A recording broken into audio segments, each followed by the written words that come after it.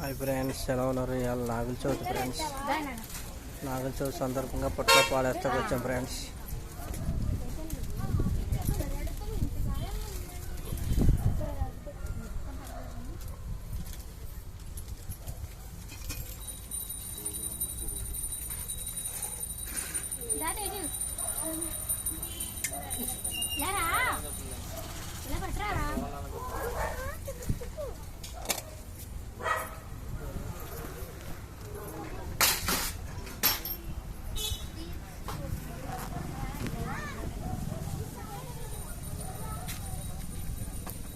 స్వామివారిని దర్శించుకొని ఫ్రెండ్స్ నాగరాజుని పుట్లో పాలేసాం.